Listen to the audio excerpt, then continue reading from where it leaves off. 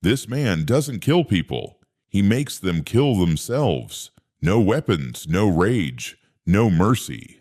Just a smile, and your life is over. This is the story of the most terrifying mind in anime history. The story of Johan Liebert. In a world full of monsters, killers, and villains, one man stands above them all, not because he's the strongest, but because he doesn't need strength. Johan Liebert, a name that sounds normal, but carries something deeply unsettling.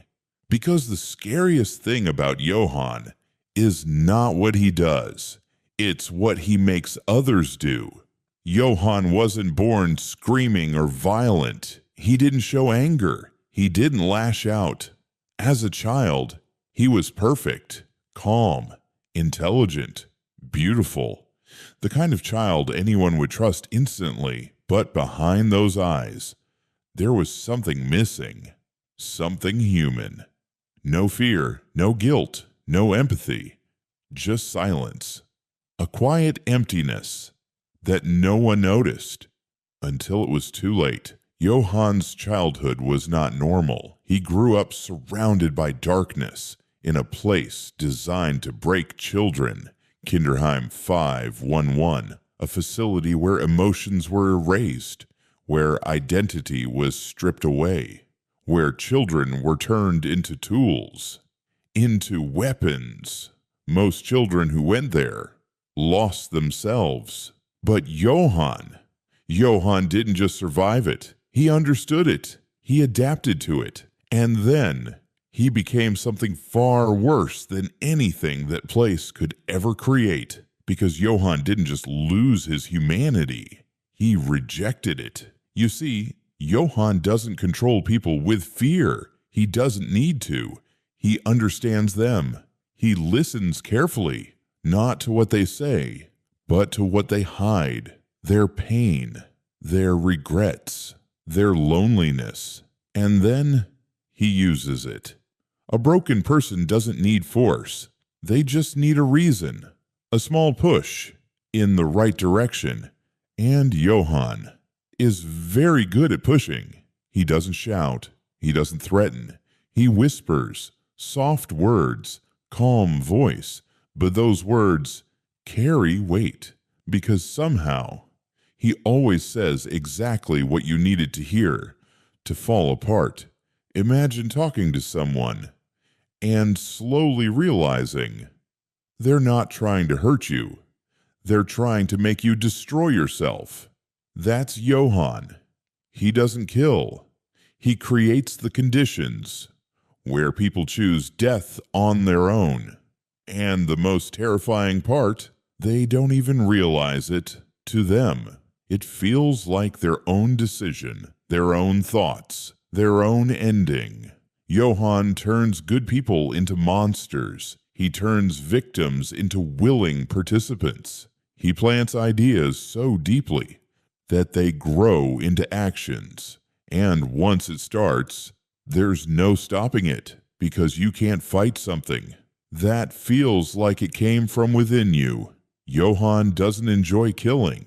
That's what makes him different. He doesn't do it for pleasure. He doesn't do it for revenge. He does it because to him, nothing matters. Life has no value. Human beings are just replaceable, temporary, and death is simply silence, peaceful, empty, final. To Johan, that silence is the only truth. There's a story Johan believes in, a story about a monster without a name. This creature had no identity, no place in the world, so it searched, looking for something to become. It met people, learned from them, and then consumed them, taking their names, their lives, their existence. But no matter how much it consumed, it was never enough.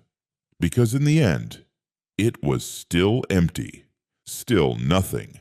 That monster is Johan, a man with no true identity, no emotions, no soul, just an empty void, wearing a human face and that's what makes him terrifying.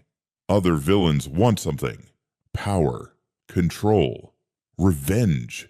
You can understand them. You can predict them.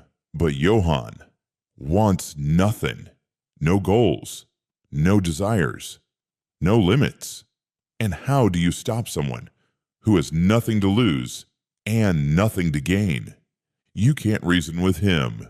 You can't scare him because there's nothing inside him to break. Johan Liebert is not a monster because of what he does. He's a monster because of what he represents. The absence of humanity. The idea that a person can exist without meaning, without emotion, without a soul, and still walk among us, smiling, talking, blending in like nothing is wrong. That's why he's so dangerous, because Johan doesn't look like a monster. He looks normal. And maybe that's the most disturbing part of all, because it means someone like him could be anywhere. Johan Liebert doesn't need to kill, because once he enters your mind, once he understands you, once he finds that one weakness, you'll do the rest yourself. And maybe that's what a real monster looks like. Not something you can see, not something you can fight, but something that slowly, quietly destroys you from the inside. If you enjoy dark stories like this, subscribe, because this is just the beginning.